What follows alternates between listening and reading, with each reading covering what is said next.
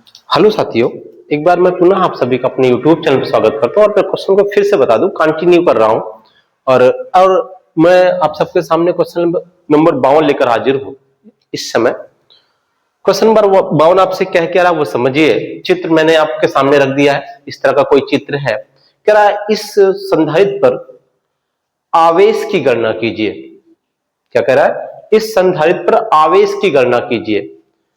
समझने का प्रयास करते हैं हम लोग थोड़ा सा, कैसे हल होगी। तो ऐसे समझिए, सबसे पहले संधारित्र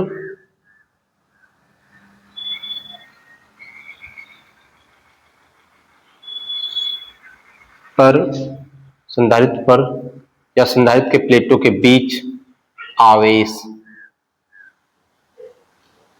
प्लेटों प्लेटों पर आवेश। समझिए हल।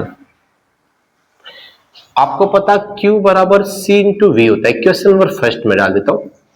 सबसे पहले ये समझ लेना है कि ये तो C दिया गया फिक्स है, ये विभवांतर आपको चाहिए ओनली। और विभवांतर ज्ञात करने के लिए आपको दो चीजें चाहिए, धारा और प्रतिरोध। प्रतिरोध तो ही है, एक तीन आपको दिख रहे हैं, ठीक है। तो इन तीन प्रतिरोध आपको दिख रहे हैं, वो समांतर क्रम में श्रेणी क्रम में किसमें वो जोड़ लेना है, ठीक है। कौन किसमें कह रहा है, तो आपको समझना क्या है। उसके लिए आपको इस पर धारा निकालनी है। क्या निकालनी होगी? धारा, विद्युत धारा चाहिए। देखते हैं हम लोग क्या कह रहे हैं। तो हम लोगों को क्या चाहिए, धारा कितनी प्रवाहित हो रही है वो चाहिए यहां पे, और प्रतिरोध तो मिल ही जाएगा, उसमें कोई समस्या नहीं है। तो आप कह दीजिए यहां से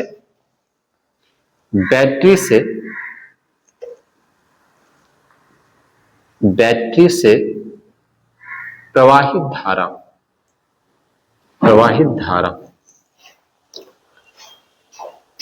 B/R होता है। क्या होता है? I=B/R। तो समझना यह है कि V यहां पे है क्या, तो यह समझ लीजिए कि I जो V है वो सेल का विद्युत वाहक बल इस समय, इसको आप E कह दीजिए, ठीक है। बटे आ जाइए। आप एक चीज और समझिए, जैसे ही इस बैटरी से धारा प्रवाहित होगी इसमें, आई मान लो निकली जो धारा, ठीक वैसे ही इस संधारित्र का जो प्रतिरोध है वो अनंत हो जाएगा। क्या हो जाएगा? इस संधारित्र का प्रतिरोध बहुत अनंत हो जाएगा, अर्थात ये अपनी ओर आने वाले करंट को रोकेगा, अपनी ओर आने वाली धारा को रोकेगा। तो इधर करंट जाएगा ही नहीं। इसका मतलब यह है कि जो आपको प्रतिरोध R1 दिख रहा है, प्रतिरोध R1 क्या हो जाएगा? प्रभावहीन हो गया। क्या हो गया? क्योंकि इधर करंट गया ही नहीं, तो क्या हो गया? इससे प्रभावहीन, डोंट इफेक्टिव दिस नंबर, ठीक। तो ये इफेक्टिव नहीं रहा, तो आप कह सकते हैं कि अब जो प्रतिरोध है वो इसके और इसके योग के बराबर होगा। अगर इसको खत्म कर दिया जाए तो ये श्रेणी क्रम में आपको दिख रहा होगा, तो आप कह सकते हैं R2 + R। तो ये I मिल गया आपको, ठीक है। बैटरी से प्रवाहित धारा आपको ये मिला। अब आपको क्या चाहिए? विभवांतर चाहिए, बिंदु A व B के बीच का विभवांतर। तो लिखें बिंदु A एंड B के बीच का विभवांतर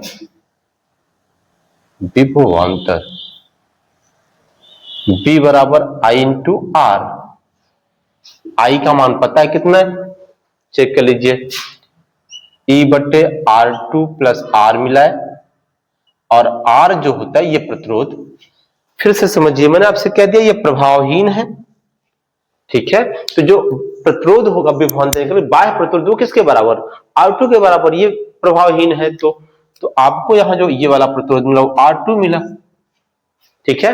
अब इस V का मान कहां रख दीजिए? समीकरण 1 पे रख दीजिए। जो V का मान आया, इसीलिए I निकाले ताकि V का मान निकाल सके। तो जो आपका V आया, V का मान समीकरण 1 में रखने पर, रखिए तो आपको क्या मिल जाएगा? ये Q बराबर C into E R2 + R। तो ये आवेश मिल गया आपको इस संधारित्र पर, ठीक है, जो विभवांतर बिंदु ए व बी के बीच का, क्योंकि ये प्रभावहीन है, तो जो विभवांतर यहां बिंदु ए व बी के बीच का वही विभवांतर संधारित्र का है। मैंने आपसे कह दिया डोंट डिफेक्टिव, यहाँ पे कोई मतलब नहीं इसका। तो आपका विभवांतर ये क्या हुआ, एक बिंदु ये एक बिंदु से जुड़ा है, इसका विभवांतर यही हो जाएगा। तो साथियों संधारित्र पर आवेश की जो मात्रा आ गई आपको ये दिखाई दे रही है। उम्मीद है ये क्वेश्चन भी आपको समझ आया होगा। जहां समझ ना आया हो कमेंट बॉक्स में कमेंट करें। Thank you.